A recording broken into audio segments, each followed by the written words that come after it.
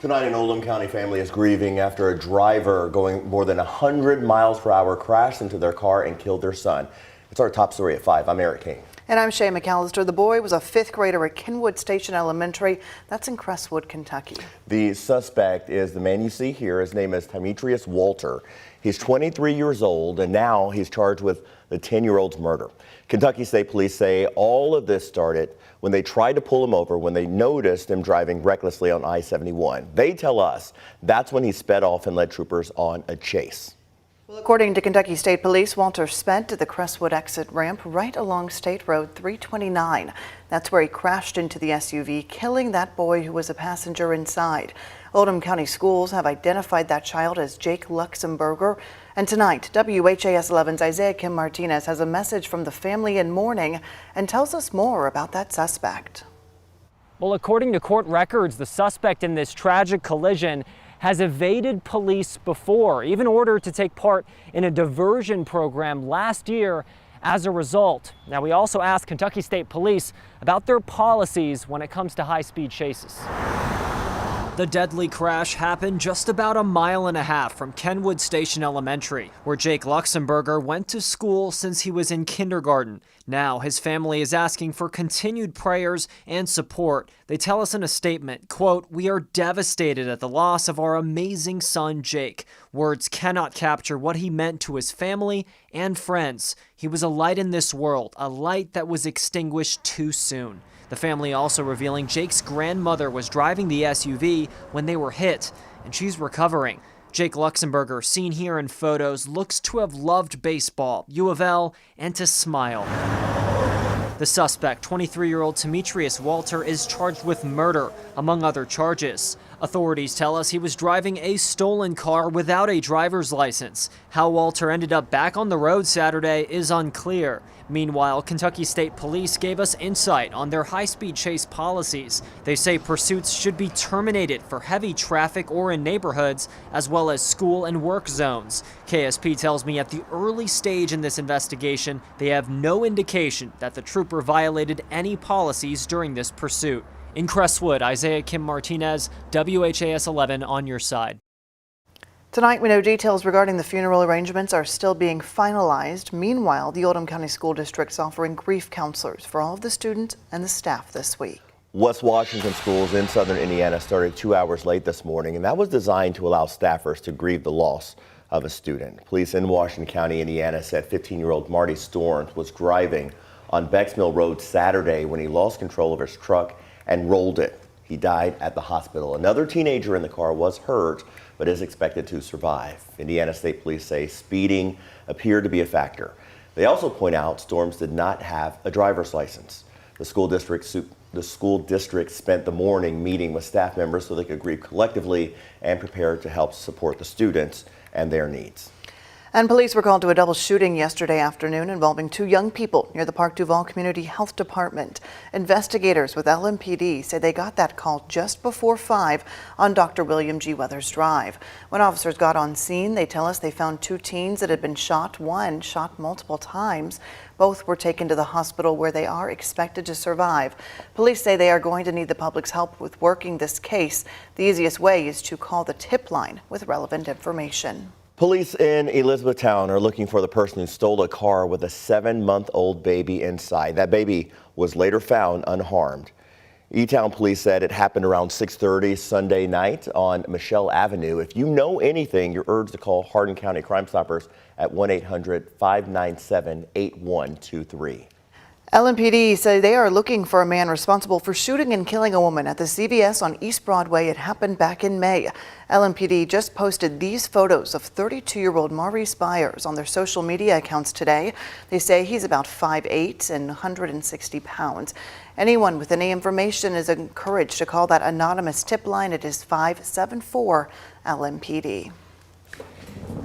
All right, so it kind of feels like summer has made its last stand. Now we're moving into fall, And maybe? I wish that would be true. I wish we could just say goodbye. See you later to the summertime temps forever, Ben. Any chance of that? Yeah, I think summer has just a little bit more say later this week as the temperatures climb back into the mid and upper 80s. But our final week of summer, humidity staying low, lots of sunshine across the area, but certainly fall-like out there today. We started off nice and refreshingly cool in the 50s, and right now at 77, and the humidity again nice and low at 36%.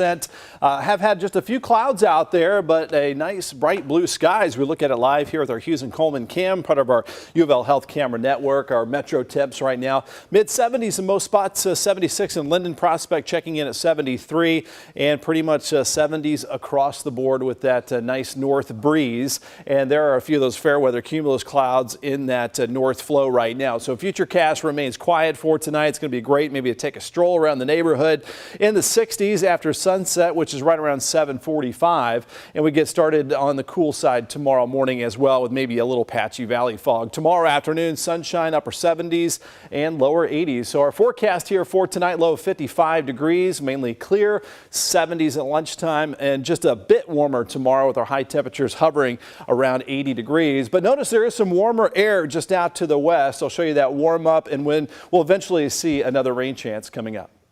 All right, Ben, thank you very much. Well, now to a big vote for one neighborhood in Louisville determining whether or not it will be legal to sell alcohol. Voters in precinct North 163, that's just north of Brownsboro Road and Kenilworth Road, are going to vote to determine the area's dry or wet status. Yeah, this comes after many of you in Clifton filed complaints against a nearby bar. Ian Hardwick looked into some of those issues and sat down with the bar's owner. On November 7th, voters in this Clifton voting precinct will decide if they want to live somewhere dry or wet. Voting to prohibit the sale of alcohol would make it dry, leaving Virtue Bar and Lounge owner Tony Frank without 40% of his sales. We've always tried to just be a better neighbor, extending our olive branch and say, hey, come in, talk to us, let's figure it out. Frank hasn't been able to figure it out with his neighbors. He's put up signs outside the bar encouraging neighborly behavior and still working to improve conditions surrounding his business. Upgrading our security, adding extra cleanup. There's several different things, adding extra dumpster pickup just to make sure we stay clean around our area. They're listening, and if they're taking measures, in the neighbors' opinions, it's not enough. Some of the residents on Kenilworth Road right behind me shared concerns about the noise coming from Virtue Bar just down the road. They also say cars overflowing from the parking lot down here block them in up there. These images from resident cameras show some of the congestion. However, security is the largest concern. People who live near Virtue say it's those who gather outside and on the streets causing problems. They're still not taking care of people drinking in the parking lot and drinking in nearby, like in Bingham Park and up Kenilworth and up Coral, different streets adjacent to that facility. Regardless of November's outcome, Frank says his business will stay. We're going to put up a great fight. He may just have to do so without the sale of alcohol or the neighborhood's support. I define good neighbor as somebody that cares and listens. They take care of their property. They understand complaints. They manage the complaints. In Clifton, Ian Hardwick, WHAS11, on your side. The Jefferson County Clerk's Office tells us 309 people were registered to vote in the last primary election in that precinct. A simple majority, that's 51%, will decide if alcohol sales are legal. Indiana's Attorney General is facing misconduct charges, claiming he violated professional conduct while fighting with an Indiana doctor over an abortion case. It all centers around the case of that 10-year-old girl who went to Indiana from Ohio to have an abortion after she was raped.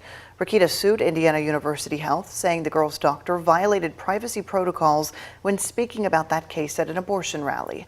But now, the disciplinary commission says Rakita himself broke confidentiality protocols. Here's a clip of him on Fox News July of last year. We're gathering the information, we're gathering the evidence as we speak, and we're going to fight this to the end, including looking at her licensure. If she failed to report, and in Indiana, it's a crime to intentionally not report. During his interview, the commission said Rakita talked about the investigation into the abortion provider violating Indiana code. According to law, no one in the Attorney General's office can actually discuss an investigation or charges until they're filed by the Attorney General. During that interview, there was no complaint filed. On Fox News, he described the doctor as, quote, an abortion activist acting as a doctor with a history of failure to report. The commission believes this violates professional conduct. And today, the Attorney General responded saying, quote, these same radicals have fostered an environment that cancels non-compliant citizens through intimidation as well as tactics that can weaponize our respected institutions. He goes on to say the Attorney General has a responsibility to keep the public informed. Now the case will be heard and the Indiana Supreme Court will decide if he did violate code. And we've got some news just into our newsroom, some sad news. We've just learned from a post from Governor Beshear that former Governor Brereton Jones has died. Beshear posted his reaction to Jones's death a short time ago. Jones was governor of Kentucky from 1991 to 1995. Before he became governor, he served as lieutenant governor under Walter Wilkerson from 1987 to 1991. Some of you might remember Jones survived a helicopter crash during his term that left him seriously injured.